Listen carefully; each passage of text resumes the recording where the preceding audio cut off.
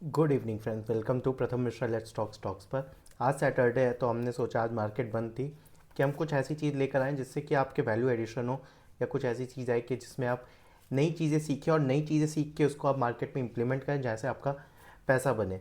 सिर्फ स्टॉक्स के पीछे भाग के एक समय के बाद आपका पैसा उतने नहीं बन सकता है, क्योंकि एक आपके पास खबरें तब आएंगी जब आपके शेयर वो काफ़ी चल चुका होगा, तब तक आएगी और तब तक उसमें बहुत एक जूस जो है वो निकल चुका रहता है।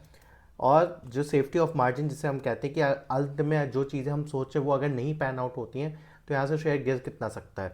अगर 100 से 140 जा चुका है, 170 जा सकता है, तो हमारे पास 40 रुपये का रिस्क और 30 रुपये का प्रॉफिट हो जाता है। पर लेकिन अगर हम जो इस चैनल पे कोशिश करते हैं कि आपको बेसिक समझा दें और जो इंडस्ट्री में नया ट्रेंड बन रहा है हम उसको बताएं, तो जैसे कि आपके पास सेफ्टी ऑफ मार्जिन रहे और अगर आप उसमें एक बहुत कॉन्फिडेंटली उसमें पैसा डालें और अगर मार्केट थोड़ा सा गिरे भी तो अगर आपके पास कॉन्फिडेंस होगा किसी कॉन्सेप्ट को लेके, तो आप उसमें और तेज़ी से उसमें गिरी हुई मार्केट में पैसा डाल सकते हैं और आप गिरने पे अपना पैसा निकालेंगे नहीं और आप फ्रीक आउट और रिस्क आउट नहीं हो जाएंगे, या जैसे चिकन आउट हम कहते हैं, चिकन आउट नहीं होंगे। तो इस चीज़ को ही लेके हमारा ये पूरे चैनल का कॉन्सेप्ट है। और इस जो चैनल पे हम जो नॉलेज लेकर आते हैं वो एकदम सुप्रीम किस्म का नॉलेज रहता है, बहुत ही एक टीयर वन नॉलेज होता है जिसमें कि बहुत ही एक हाई कैपिटिव नॉलेज रहता है। हम नॉर्मल एक एक्सेल शीट लेके बात नहीं करते हैं कि आपने 15% पे कंपाउंड किया, 20% पे कंपाउंड किया क्या बनेगा। हम बहुत ही एक इन डेप्थ नॉलेज लेकर आते हैं हर सेक्टर, हर चीज़ के बारे में, जिससे कि आपको सुन के मज़ा आए और आपके में एक बहुत वैल्यू एडिशन हो। क्योंकि इसी वैल्यू एडिशन को ही लेके, क्योंकि पहले नॉलेज आता है उसके बाद ही पैसा बन पाता है इस मार्केट में। तो आज हमने इसीलिए बात करी है कि क्या बैंक्स में सब कोई फंसा हुआ है, बहुत समय से बैंक्स चल नहीं रहा है, पर अब हमने कुछ नए ट्रिगर्स देखे हैं। तो हम उसके बारे में लेके बात कर रहे हैं कि क्या बैंक को में अब इन्वेस्टर्स का पैसा बनेगा। तो हम चालू करते हैं, हमें एक्चुअली ये चीज़ आई कैसे, क्योंकि रिसेंटली काफ़ी बैंक डील्स हुई हैं। तो लगभग अगर मैं देखूँ तो लगभग 8 बिलियन डॉलर्स की लगभग बैंक डील्स हुई हैं अभी रिसेंटली, पिछले जनवरी से सितंबर के महीने में, जो कि पिछले साल से लगभग 127% ज़्यादा बढ़ा हुआ है। तो बैंक डील्स का मतलब क्या होता है? बैंक डील्स का मतलब होता है, बैंक डील्स क्योंकि बैंक सबसे ज़्यादा एक लिक्विड चीज़ होती है, बहुत लेवरेज पे रहती है, लेवरेज मतलब कर्ज पे रहती है। तो 7-8 गुना लेवरेज, 10 गुना बैंक लेवरेज या कर्ज दे देती हैं अपने जितना भी उनके पास पैसा रहता है। तो जब भी बाहर का पैसा आ रहा होता है या फॉरेन बैंक्स एक इंडियन बैंक में पैसा डाल रही होती हैं, तो इसका मतलब है अगर 10 रुपये आया है तो वो इकोनॉमी में तकरीबन 100 रुपये लैंड आउट हो जाएगा। तो इसलिए बैंक्स में पैसा आना एक बहुत ही इंपॉर्टेंट चीज़ होती है और वो इकोनॉमी को बहुत तेज़ी से ग्रोथ देती है। और प्लस वो आपको सिग्नल भी देता है कि फॉरेनर्स देश के बारे में क्या सोच रहे हैं। तो रिसेंटली बहुत ही डील्स हुई हैं, हम धीरे धीरे एक एक डील्स पे बात करेंगे और हम बात करेंगे कि क्या लगता है। तो पहली डील पे हम यही बात करेंगे, जो सबसे बड़ी डील हुई है वो इंडिया की आज तक की सबसे बड़ी डील हुई है, जो रिसेंटली एक हफ्ता पहले अभी हुई है, वो है एमिरेट्स एनबीडी और आरबीएल बैंक की डील। तो एमिरेट्स एनबीडी यूएई का, यूनाइटेड अरब एमिरेट्स का एक बहुत ही बड़ा बैंक है, एक बहुत ही नामी गिरामी टॉप टियर बैंक आप बोलोगे, जैसे वहाँ का एसबीआई ऑब्लिक एचडीएफसी है। तो उसने डील करी और वो इंडिया की सबसे बड़ी लगभग 8 बिलियन डॉलर, लगभग 26,000 करोड़ रुपए वो इन्फ्यूज़ करेगा आरबीएल बैंक में, स्टेक लेगा और लगभग 60% ऑफ द स्टेक लेगा। और इस डील से क्या होगा, डिपेंड करता है कि डील में पैसा कहाँ आ रहा है। तो इस डील से जो आएगा वो आरबीएल बैंक के टीयर वन में पैसा जाएगा, टीयर वन कैपिटल। तो टीयर वन कैपिटल क्या होता है? टीयर वन कैपिटल होता है जो सबसे ज़्यादा इम्पॉर्टेंट पैसा होता है, ये सबसे रिलायबल पैसा होता है। सबसे ज़्यादा रिलायबल आप ये सोच सकते हो कि वो पैसा, अगर आपके टर्म से बात करें तो वो आपने जो पैसा अपने एफडी में डाल रखा है कि कल को इक्विटी गिर सकती है, पर आपके जो एफडी में जो पैसा पड़ा हुआ है वो नहीं गिरेगा। तो कल को आपको कोई भी चीज़ की ज़रूरत हो, कोई भी इमरजेंसी सिचुएशन हो, तो आपके लिए वो एफडी का पैसा खड़ा रहेगा और एफडी का पैसा आपके लिए जाके बेनिफिट करेगा। तो वैसे ही होता है जब कोई बैंक जाके किसी बैंक में टीयर वन कैपिटल डालती है, तो मतलब कि वो पैसा चाहे बैंक में लॉस हो तब वो पैसा इस्तेमाल होगा। कल को अगर इक्विटी या शेयर्स में वो पैसा, शेयर्स एकदम नीचे जाने लग जाए तो शेयर होल्डर्स को हेल्प करने के लिए वो एज अ उससे आप शेयर्स कन्वर्ट कर दो, तो वो पैसा हर किस्म से बहुत हेल्प में आता है। तो वो आरबीएल का जैसे ही वो टीयर वन कैपिटल में आएगा, तो उसमें मेन काम आरबीएल बैंक के थ्रू रिटेल और एसएमई इन सब के बारे में है। और हम इस पूरे वीडियो के बाद पहले हम बात करेंगे डील्स और उसके बाद फिर हम बात करेंगे कि कैसे हमें बैंकिंग सेक्टर में लग रहा है कि इसका क्या इनपुट आने वाला हो, कब आपको पैसे डालने चाहिए, कब पैसा बनेगा और हमें कब लगता है क्या होराइजन में कितना पैसा आ सकता है। तो सबसे बड़ी डील यही थी। रिसेंटली एक जो बैंक जो साल के शुरुआत से थोड़ी थोड़ी बात आने लग गई थी वो था एसएमबीसी और यस बैंक का। हमने इस पर ऑलरेडी एक वीडियो बना रखा है, अगर आप चाहें तो ज़रूर वो वीडियो देखें। एसएमबीसी यस बैंक प्रथम मिश्रा डाल के आप सर्च कर लेंगे इस चैनल पे भी, तो आपको वो बैंक का वो वीडियो आपको मिल जाएगा। और हम उसमें पूरा हमने बता रखा है कि कैसे एसएमबीसी और यस बैंक में जो डील हुई है, यस बैंक के शेयर में हम कितना परसेंट उछाल देख सकते हैं। पर यहाँ पे क्योंकि मैं सारे बैंक्स को कवर कर रहा हूँ तो मैं एक बार और बता दे रहा हूँ, तो लगभग 1.6 बिलियन डॉलर वो इन्वेस्ट करने जा रहे हैं। लगभग 13,000 करोड़, 26,000 करोड़ आपका आरबीएल बैंक में, 13,000 करोड़ यहाँ पे, और लगभग वो 25% के अनुमान वो लेने वाले हैं। तो प्राइवेट सेक्टर में, क्योंकि प्राइवेट इन्वेस्टिंग बैंकिंग बहुत ही ज़्यादा है, तो एसएमबीसी ने आके लिया है। और इससे आपको कई बैंक को एग्जिट भी मिला था, जिन्होंने 2020 में जब यस बैंक बहुत ही डूब रहा था तो जिन्होंने पैसा लगाया था उनके लिए काफ़ी किस्म से हेल्प है। अभी एक जो डील जो कि पिछले हफ्ते हमें धीरे धीरे पता लग रही थी, पर हम वेट करते कि उसको एकदम ऑफिशियल स्टेटमेंट आ जाए, तो ब्लैकस्टोन जो है वो अपने सिंगापुर एंटिटी के अपने सिंगापुर एफिलिएट के थ्रू वो पैसा डाल रहा है, वो फेडरल बैंक में डाल रहा है।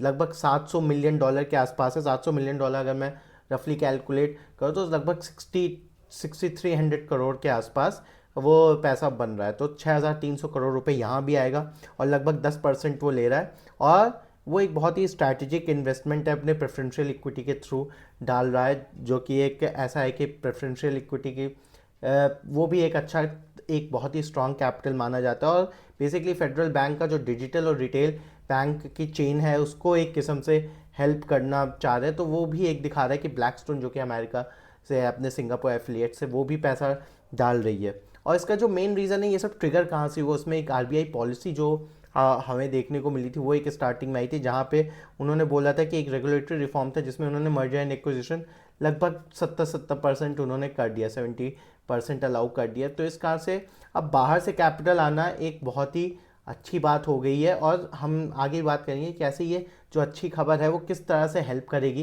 पर पहले हम we are just going through the deals की कौन कौन सी डील्स हुई हैं। फिर जो साल के शुरुआत में भी एकदम मार्च अप्रैल पे अराउंड हमें न्यूज़ मिली थी वो थी वारबुर्ग पिनकस और आबू धाबी इन्वेस्टमेंट बैंक की तरफ से, इन्वेस्टमेंट अथॉरिटी की तरफ से। तो वहाँ पे लगभग 870 मिलियन डॉलर, लगभग की 7,000 करोड़ रुपए, 15% शेयर इन्होंने भी डाला था, कैपिटल इन्फ्यूज़न हुआ था।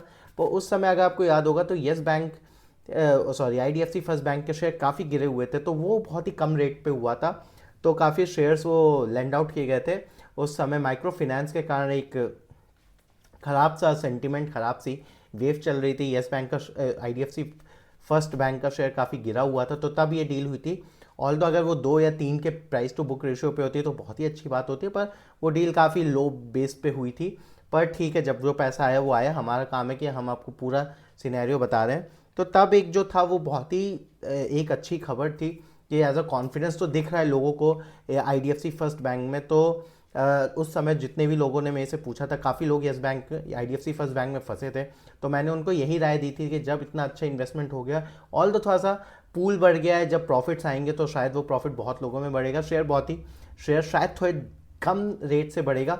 पर क्योंकि माइक्रो फाइनेंस सेक्टर अच्छा घट रहा था, इस बार 75% का ग्रोथ भी आया है, तो आप उसमें इन्वेस्टेड रहें। और उस समय पैसे निकालने का कोई भी नीड नहीं बन रहा था करने का। तो अगर हम देखें तो वहाँ से शेयर अच्छे खासे 25-30% अप भी हैं इसी दरमियान में, पिछले 5-6 महीने में। तो मैंने आपको जो मैं बोल रहा था कि हम अगर बेसिक्स और डिटेल फंडामेंटल में जाएंगे, तो जब एक बुरा समय शेयर का आता है, वो किसी कंपनी का आता है, एक जो हिकअप आता है, तो आप उस समय खड़े रह के आप उसमें पैसे बना के निकल सकते हैं जब पूरी दुनिया चिकन आउट हो रही हो। क्योंकि जब वो फियर मॉन्गरिंग होती है, लोग को इन्फॉर्मेशन नहीं पता होता है, लोग को डर रहता है, तो वो बाहर निकल जाते हैं। पर अगर आपके पास ऐसी एक स्ट्रक्चर्ड इन्फॉर्मेशन रहेगी तो आप उस समय वक्त को काट सकते हैं और उस पर वो डिफ़िकल्ट टाइम होता है, पर आप रुक जाते हैं और आप उसको काट के और वक्त के थ्रू आप निकल सकते हैं। और जो एक डील हुई थी अभी रिसेंटली हुई है 2 हफ्ते पहले, वो थी IHC international holding company Abu Dhabi ने सम्मान कैपिटल को खरीदा था $1 बिलियन देकर, लगभग 9,000 करोड़, 41% उन्होंने ले लिया था, जिससे कि वो एक हाउसिंग सेक्टर में बहुत ज़्यादा घुसना चाहते, इन्फ्यूज़ करना चाहते वो पैसा।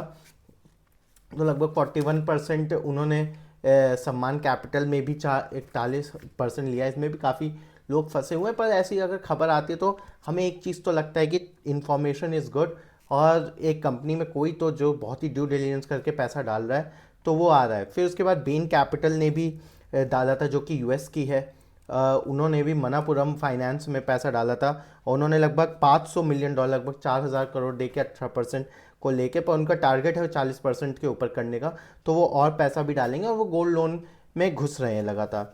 तो अगर आप ये सब को देखें तो अगर मैं आपको बताऊं तो 26,000 करोड़ एमिरेट्स में, और लगभग 13,000 करोड़ SMBC येस बैंक में जो डाला है। फिर सिंगापुर से आपको ब्लैक स्टोन ने फेडरल बैंक में 2,000 करोड़, तो मतलब 46,000 करोड़ ये हो गया। फिर IDFC फर्स्ट बैंक में 7,053 हो गया। $1 बिलियन लगभग सम्मान कैपिटल में 62 हो गया, 66। तो मतलब 70,000 करोड़ रुपए जो है वो ऑलमोस्ट पिछले 6, 7, 8, 9 महीने में 70,000 करोड़ रुपए गया है। तो 70,000 करोड़ रुपए आने का मतलब आप समझे, मैंने आपको पहले ही बताया कि जनरली ये प्राइस टू बुक पे ट्रेड होती है, और बैंक्स और NBFCs लगभग 4 या 5 या 8 गुना पे भी लेवरेज होते हैं। तो अगर 70,000 करोड़ रुपए आ रहा है, वो सीधे उनकी प्राइस टू बुक वैल्यू के हिसाब से अगर हम करते हैं तो लगभग वो बुक वैल्यू में भी जाता है। तो लगभग अगर आप इसको 5 गुना भी लेंड आउट कर देते हो तो वो एक बहुत बड़ा एक कैपिटल देता है, क्योंकि हमारे जैसे गरीब देश को, जहाँ पे हम एक बहुत ही लोअर ब्रैकेट ग्रुप में, हमें लोन चाहिए, हमें पैसा चाहिए, हमारे लिए सबसे बड़ी चीज़ है कैपिटल। तो अगर कैपिटल रॉ मटेरियल होना चाहिए, और हमें कैपिटल मिल रहा है, मतलब एक जो फॉरेन का कैपिटल है वो हमें थोड़ी सी एक स्टेबिलिटी देख रहा है कि शायद यहाँ पे एक ग्रोथ मिलेगी उस पैसों को। क्योंकि अगर आप बाहर के बैंक्स खरीदेंगे, JP मॉर्गन, ये सब, इनमें ग्रोथ नहीं है रिसेंट टाइम्स में। तो रिसेंट भी आप देखते रहते हैं कि कुछ कुछ होता रहता है। 2 साल पहले अगर आपको याद होगा SVB क्राइसिस हुई थी, फिर क्रेडिट स्विस डूबा था जब UBS ने उसको खरीद लिया था।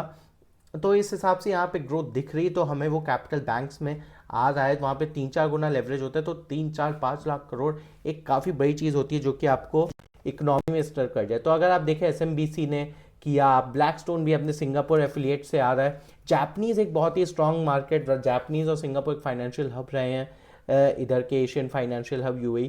तो अगर आप देखें तो इंडिया का इंटीग्रेशन हो रहा है एक एशियन फाइनेंशियल इकोसिस्टम में। इससे हमें क्या फ़ायदा मिलेगा, और जैसे ही ये बड़ा कैपिटल आता है तो आप देखेंगे ये जो बैंक्स हैं, जो कि RBL बैंक हो गया, आपके येस बैंक या फेडरल बैंक, हमने येस बैंक में वो जो वीडियो बनाया आप जरूर जाके देखेंगे, तो हमने उसमें बताया था 20-22 रुपये में शेयर चल रहा था, तो हमने उसमें बोला था कि शायद हम 2-3 साल में इसमें 50%।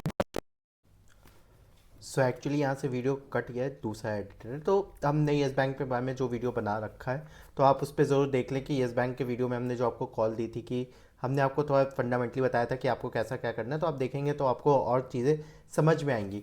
तो अब यहाँ पे जो होगा, तो आप देखेंगे कि री रेटिंग ऑफ बैंक चालू हो जाएगी। री रेटिंग ऑफ बैंक का मतलब है कि वो जिस भी प्राइस टू बुक रेशियो में ट्रेड कर रहे थे, हम बैंक को जनरली प्राइस टू बुक के टर्म से बात करते हैं, तो प्राइस टू बुक जो भी तो वो बढ़ जाएगा प्राइस टू बुक। तो प्राइस टू बुक बेटर होगा। तो आप देखेंगे कि RBL बैंक या जैसे बैंकों में अगर शेयर्स इनके गिरते हैं तो हमें उसको खरीद सकते हैं। आपको अगर खरीदना, अगर आपको सेफ बेट चाहिए, अगर आपको चाहिए कि वो कंपाउंड होता रहे एक स्पीड पे, जहाँ पे मैं बहुत क्लियर हेड से रहूँ, क्योंकि वो पैसा जो आता है वो एक लॉन्ग टर्म के लिए पैसा आता है। तो आप भी अपना लॉन्ग टर्म पैसा उसमें लगा सकते हैं। अगर आप डेली बहुत ही एक्टिवली नहीं कर रहे, तो ये आपका एक सेफ बेट अब आगे की तरफ हो जाएगा बहुत ही ईजी। और अगर मार्केट के साथ ये शेयर्स नीचे आते हैं तो हमें उन्हें लेना है, क्योंकि एक अच्छा प्राइस टू बुक, क्योंकि ग्रोथ आएगा, और ग्रोथ कैसे आएगा वो मैं अभी आगे आपको समझाने वाला हूँ। तो बेसिकली अब जैसे हम बात करें कि इंडिया को अगला एक ग्रोथ का हब बोला जा रहा है, कि शायद वो बैंकिंग में, क्योंकि ग्रोथ है यहाँ पे, अगर आप JP मॉर्गन में इतनी ग्रोथ नहीं है। तो अब बात करते हैं कि कैसे यहाँ पे री रेटिंग होगी। तो री रेटिंग क्या होती है? प्राइस टू बुक, हमने आपको बताया कि बैंक का जो कैलकुलेशन होता है या जो उनकी वैल्यूएशन मेट्रिक ट्रेड होती है, वो प्राइस टू बुक में होती है। It's not price to earning, but price to book को हम ज़्यादा प्रेफर करते हैं, क्योंकि अर्निंग्स ऊपर नीचे कई बार लोन से ऊपर नीचे हो जाता है तो डिस्टॉर्ट हो जाती है। तो हम प्राइस टू बुक लेते हैं कि कितना पैसा उसके पास है और वो कितना उस पर चल रहा है मामला। तो प्राइस टू बुक होता है। तो प्राइस टू बुक मोटा मोटा जो हम प्राइस टू बुक कैसे आते हैं, अगर मैं मोटा मोटा जानूँ तो जनरली एक होता है कि प्राइस टू बुक हम इस हिसाब से कि जितना रिटर्न ऑन इक्विटी बैंक ले रहा है हम उसको, अगर मान लीजिए 15 का रिटर्न ऑन इक्विटी है उस बैंक का, तो यहाँ पे बॉन्ड डील लगभग 5-6% चल रही है, तो मैं उसको 2.5-3 दे दूंगा। ये एक बहुत ही एक नॉर्मल सिनेरियो होता है। पर अब आप एक सवाल पूछेंगे कि मान लीजिए अगर कोई बैंक है जो बहुत तेज़ी से ग्रो कर रहा है, या 15% का रिटर्न ऑन इक्विटी है पर ग्रोथ 10% ही है, जैसे पीएनबी हो गया। पर अगर कोई बैंक है जो 15% का ग्रोथ दे रहा है पर 30% या 15% का ले लेता है, तो हम आपको सेम कैसे दे देंगे? तो जो हम प्राइस टू बुक उसको थोड़ा कैलकुलेट कर लेते हैं, और ये आपको किसी यूट्यूब चैनल या कहीं पे आपको बहुत ईजिली लिखा हुआ नहीं मिलेगा। पर एक जो मोटी माटी कैलकुलेशन हम ले लेते हैं वो है price to book equal growth into आपका आरओई है, return on equity. It's basically return on equity क्या होता है? रिटर्न ऑन इक्विटी होता है रिटर्न ऑन एसेट्स इनटू कितने टाइम आपने उस लेवरेज किया। अगर आपको नहीं समझ में आएगा, आप एक बार और इस वीडियो को रिवाइंड करके देख लेना। तो आरओई जो होता है वो return on equity, return on equity मतलब होता है कि मैंने 100 रुपये दिया, मैंने 122 रुपये आपसे ले लिया, पर उस कैपिटल को मैं कितने बार साल भर में घुमा ले रहा हूँ। अगर मैं उसको 3 या 4 बार ही साल भर में घुमा दे रहा हूँ, उसको या मैं उसको इसको लेवरेज 4 गुना कर दूँ कि मेरे पास 100 रुपये है, मैंने आपको 102 रुपये दिया है, पर अगर मैं इसके ऊपर 4 बार लेवरेज कर दूं तो मेरा आर जो है वो 8% हो जाना है। Return on equity 2, return on asset 2 और रिटर्न ऑन इक्विटी 8। नहीं समझ में, आप रिवाइंड कर लेना, धीरे करके इसको देख लेना। तो ग्रोथ इंटू आर, तो अगर मैं 15% 20% का ग्रोथ है और 20% का आर है मेरे पास, तो मैं इसको 1.2 इंटू 1.2 कर दूंगा, तो लगभग 1.2 का स्क्वायर 14.4, तो मतलब मैं इसको लगभग लगभग 4.4 या 4 का प्राइस टू बुक मैं शायद इसको दे पाऊंगा। अगर मैं 20 का इक्विटी ले रहा हूँ रिटर्न ऑन इक्विटी, तो मैं 3-4 पे अराउंड इसका प्राइस टू बुक 4 बहुत ही एक अच्छा, एक बहुत ही फेयर वैल्यू, इसकी वैल्यूएशन मेरे को मिल जाएगी। तो आई वुड प्रेफर कि ये सब चीज़ें जब आपके आसपास होंगी तो आप देखेंगे ये कैलकुलेशन आपको कहीं नहीं मिलेगी, पर ये जनरली ये कैलकुलेशन है जो कि हम इसको एक मॉडर्न टर्म में या फिर हम एक बैंक के रफ कैलकुलेशन, ऑल तो कोई चीज़ इक्विटी में या कोई चीज़ ऐसे बुक में लिखी हुई नहीं होती है एकदम ही आपको कोई mathematical formula, it's an art, पर रफली हम देख लेते हैं। तो आप देखते हैं जो जैसे price to book growth into ROE, तो आप देखेंगे रिटर्न ऑन इक्विटी कैसे, अगर आपको प्राइस टू बुक पे री रेटिंग चाहिए तो आपको कैसे चाहिए, तो रिटर्न ऑन इक्विटी आपको बढ़ाना पड़ेगा। रिटर्न ऑन इक्विटी कैसे बढ़ेगा कि मेरे पास जो बाहर से कैपिटल जैसे मेरे पास आए, तो मैं थोड़ा बाहर की तरफ फंड लेने के लिए भी मेरे पास थोड़े दरवाजे खुल जाएंगे, और बाहर में फंड थोड़े चीप रेट्स पे अवेलेबल है। यूएस में 4% है, यूरोप में 2% है, स्विट्जरलैंड में 0 है, जापान में 1.5% है। तो इस हिसाब से आप देखेंगे तो बाहर कैपिटल ईजी है। यहाँ पे मैं 8% पे लोन कर देता हूँ, थोड़ा करेंसी का ले लेता हूँ, तो मेरे से जो रिटर्न ऑन इक्विटी जो मैं इंडिया में ही 6% पे लोन पे बॉन्ड्स पे पैसा उठा के 8% पे दे रहा था, वो चीज़ें अब मैं बाहर से लेके, तो मेरा जो 2% में रिटर्न ऑन इक्विटी था वो मैं उसको 4% कर दूंगा, तो यहाँ पे मेरा डबल हो गया। तो price to book equal to growth into ROE, मतलब मैंने आरओई को डबल कर दिया। तो अगर मैं ग्रोथ को सिमिलर भी रखूँ और मैंने आरओई मेरा डबल हो गया है, तो मतलब मेरा प्राइस टू बुक सीधे डबल हो जाना है। फिर ग्रोथ कहाँ से आ रही है? ग्रोथ आ रही है कि मुझे 26,000 करोड़ रुपए जैसे आरबीएल बैंक को मिला, एक नया कैपिटल इन्फ्यूज हुआ, वो टीयर 1 कैपिटल है। तो 26 मेरे पास वो पैसा पहले तो नहीं था, पर 26,000 करोड़ मेरे पास जैसे आया है, तो आज के दिन मैं तुरंत निकल के मैं पैसा बांट नहीं दूंगा। आज के दिन में पूरा 26,000 करोड़ नहीं बांट दूंगा, मैं उसको थोड़ा वेट करूंगा, मैं उसको धीरे धीरे उस पैसा को डिप्लॉय करूंगा। मेरे को 2-2.5 साल लग जाना है उस पैसे को डिप्लॉय करते करते। तो अभी मैं बैंक के जो बुक साइड पे जो मेरे लाइबिलिटीज़ पे मेरे असल में वो पैसा तो मेरे बुक पे बैठ गया है, तो मतलब जो मैं रिटर्न ऑन इक्विटी जो मेरा आएगा वो कम हो जाएगा मेरा इस वक्त, क्योंकि वो पैसा मैं बैंक में मेरे अकाउंट में बुक्स में बैठा हुआ, पर मैंने उसको यूटिलाइज नहीं किया, मैंने उसको किया नहीं। तो आप देखेंगे जैसे ही वो पैसा आएगा तो रिटर्न ऑन इक्विटी में थोड़ा डिप आता है, क्योंकि मैंने पैसा उठाया हुआ है। फिर आप देखेंगे धीरे धीरे वो पैसा जैसे जैसे मैं उसको डिप्लॉय करता जाऊंगा, जब मेरे को उसका रिटर्न आना रहेगा तो मैं रिटर्न ऑन इक्विटी ऐसे जाएगा, फिर वो मैं ऐसे रिटर्न ऑन इक्विटी बढ़ जाएगा अचानक से। तो आप देखेंगे वहाँ पे जो 2-2.5 साल बाद जो रिटर्न ऑन इक्विटी में अपटिक आता है, वहाँ पे बहुत पैसा बनता है। तो क्योंकि बैंक्स में आप देखिए ग्रोथ ठीक है, ग्रोथ होनी चाहिए बैंक में, पर रिटर्न ऑन इक्विटी बहुत बारीकी से देखी जाती है बैंकिंग के, जब भी आप देखेंगे तो वहाँ से वो जो होता है वो ग्रोथ आती है बहुत तेज़ी से। तो आप देखेंगे वहाँ पे जो एक री रेटिंग होती है, इसीलिए हमें एक लॉन्ग टर्म में आरबीएल बैंक में हम अगर 5 साल का आपको होराइजन है, तो हम बहुत अच्छा इस बैंक का में एक इन्वेस्टमेंट समझ रहे हैं फंडामेंटल साइड में, तो ये हमें एक थोड़ा इम्यून बनाता है कि जब तक थोड़े एनपीएस निकाले जाएंगे, क्योंकि जब मैनेजमेंट आता है तो वो इसको क्या करता है, वो जितने भी पुराने एनपीएस हैं या जो लोन उनको समझ में नहीं आते, या जिस उनकी एक नया माइंडसेट होता है कि हमें इस सेक्टर में रहना, हमें यहाँ पे लेंड करना, हमें यहाँ पे नहीं लेंड करना है, तो वो आप देखेंगे उसको एक एनपीएस निकालेंगे, बुक को अपने हिसाब से साफ़ करी जाएगी, वहाँ पे तो आपको एनपीएस दिखेंगे, सब दिखेंगे, तो वो शायद एक अपॉर्चुनिटीज़ देगा। या अभी ये न्यूज़ आती है शेयर बहुत ज़्यादा बढ़ जाए तो वो एक साइडवेज कंसोलिडेशन ले लेगा, पर शायद हम बहुत ही चढ़ते हुए पे नहीं खरीदेंगे, पर जैसे ही ये गिरेगा और थोड़ा एक अच्छा अपने आप को एक प्राइस टू बुक या एक अच्छी वैल्यूएशन पे हमें देगा, हमें वो एंट्री प्राइस देगा, और हम उसमें अगर आप एक सेफ इन्वेस्ट तो आप ज़रूर उसमें घुस सकते हैं।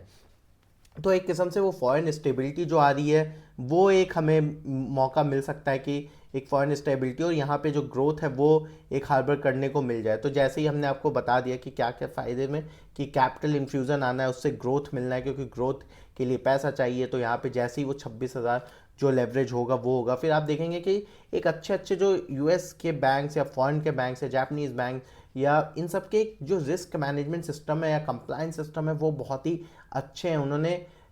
इन्होंने बहुत फाइनेंशियल क्राइसिस और ये सब चीज़ें झेल रखी हैं, तो एक अच्छे बैंकिंग नियम से सख्त नियम हो रखे हैं। तो आप देखेंगे तो यहाँ पे भी एक जो अच्छा इम्पार्टिंग होगा वो भी एक आएगा। फिर आप देखेंगे कि जब एक पार्टनरशिप में नहीं, एक ओनरशिप जब डेवलप आ जा रही है, पार्टनरशिप जब एक आ जा रही, तो आप देखेंगे कि हमें एक international card, advance wealth management system और remittance, cross border remittance solution, ये सब भी हमें बहुत ज़्यादा मिलेंगे, जो जैसे उनके पास, क्योंकि हमारे पास ग्लोबलाइज्ड बैंक उतने नहीं। अब आरबीएल बैंक जो था वो it was from the Maharashtra से वो निकला था, वो छोटे छोटे किसानों से भी उन्होंने पैसा ले लेके उन्होंने बैंकिंग की ब्रांचेस बनाई थी, तो कई किसानों के पास भी उनके शेयर्स अवेलेबल होते हैं, तो अब थे भी अवेलेबल। तो धीरे धीरे वो शेयर्स ऑपरेटर्स और लोगों ने उठाए वो शेयर और को खरीदे, जैसे जैसे ये सब चीज़ें उसको एक यूनिवर्सल बैंक की तरफ जा रहे थे, तो वहाँ से उन्होंने पैसा बनाया, क्योंकि ऑल दो किसानों को उतना नहीं पता होगा, तो वहाँ पे एक अच्छा आर्बिट्राज सोल्यूशन। तो ये जो बैंक इतने छोटे थे,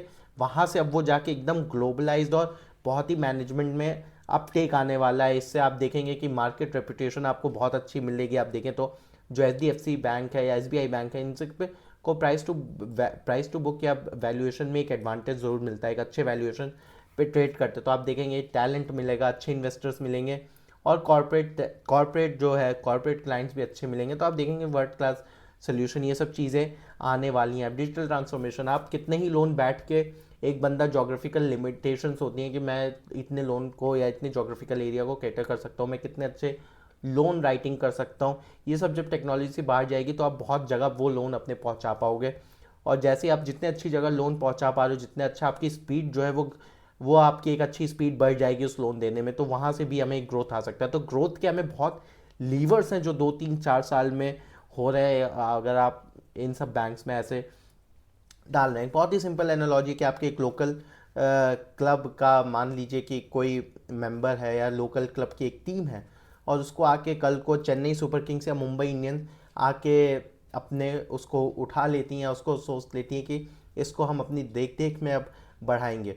तो पहली चीज़ है कि उन्होंने कुछ तो उस लोकल क्रिकेट क्लब में कुछ तो उन्होंने देखा होगा, तो उन्होंने आके उस चीज़ में पैसा लगाने का सोचा है। अब जैसे ही उसने उसको केटर करने का सोचा है, तो आप देखेंगे they would have the best coaching facility, उनके पास बहुत ही अच्छा एक एक्सपीरियंस कार पूल आएगा, एक एक्सपीरियंस ट्रेनर्स आएंगे, उससे आप देखेंगे कि उस टीम का परफॉर्मेंस बढ़ेगा, और वो एक आप देखेंगे कि उनके प्लेयर्स अच्छी जगह खेलेंगे और बहुत एडवांसमेंट होगी। तो ये चीज़ें होंगी। अगर आप देखेंगे तो एक न्यू ट्रेड कॉरिडोर्स भी खुलने वाले रहेंगे, कि जैसे अगर मैं एक जापानीज़ कंपनी हूँ या मैं यूएई की कंपनी हूँ या मैं एक कोरियन कंपनी हूँ, I would be much more comfortable कि मैं एसएमबीसी या एमिरेट्स एनबीडी के थ्रू अगर कोई चैनल में प्रेजेंट है, तो मैं उनसे लेने या मैं उनसे बिजनेस ट्रांजैक्शन डील्स करने में बहुत ही ज़्यादा कंफर्टेबल रहूँगा। तो ये सब क्लाइंटल जो थे, जो अवेलेबल नहीं थे मुझे पहले, पर अब मुझे एमिरेट्स एनबीडी या मेरे को एसएनबीसी से पैसा मिल गया, या मुझे बेन कैपिटल से मिल गया, या मुझे आईएचसी से पैसा मिल गया, तो अब मुझे इन सब बैंक ये सब भी मुझे जानते हैं, तो यहाँ से भी मुझे एक कैपिटल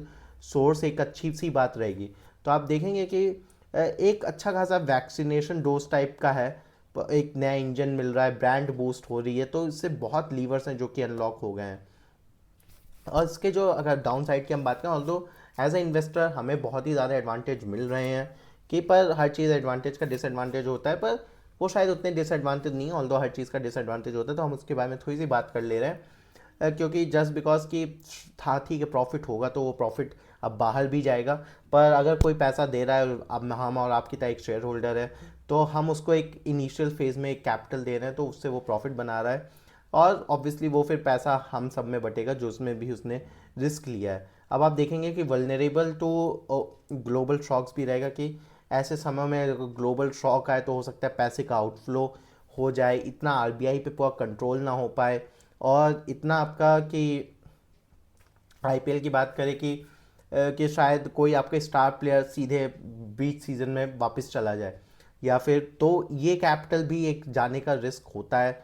और अगर आप देखें तो ग्लोबल फाइनेंशियल क्राइसिस 2008 वाली में आप देखेंगे कि इंडियन बैंक कोई इन्वॉल्व नहीं थे, आईसीआईसीआई बैंक का बहुत ही एक छोटा ट्रेजरी में था, शायद 1-2-3 मिलियन डॉलर कुछ ऐसे ही था उनका, बस ट्रेजरी में उतना ही एक्सपोजर था, तो उसके कारण बवाल था। पर ऑल दो हम एक्सपोज नहीं थे उसमें, तो हम बचे रह गए थे उससे। पर जब ऐसा कैपिटल आता है तो हम उस विदर में, हम उस स्टॉर्म के पार्ट बनेंगे। पर दुनिया अच्छी चल रही है, उनकी ग्रोथ अच्छी है, वो तो ऑल दो जैसे वो रिकवर करेंगे वैसे हम भी करेंगे। ऐसा नहीं था कि 2008 में हमारी मार्केट नहीं गिरी थी, हम भी गिरे थे।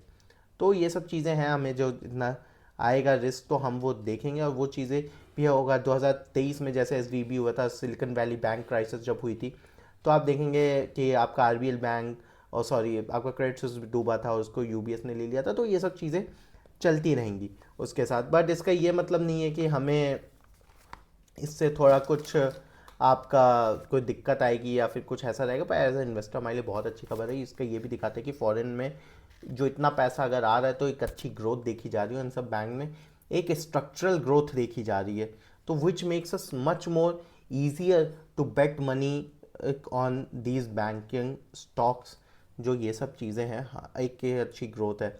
तो उस हिसाब से पर आरबीआई के जो वोटिंग राइट्स हैं, एफडीआई लिमिट है, या चेंजिंग बैंकिंग रेगुलेशन है, इन सब पे अभी हमें नज़र रखनी है कि कितना एक्चुअल कंट्रोल होगा, क्या एब्रप्ट रेगुलेटरी इशूज़ ना आए, ये सब पे एक ज़रूर नज़र रहेगी। ये सब हमारे डाउन साइड रहेंगे, पर ये सब एक स्टॉर्म होने वाले हैं।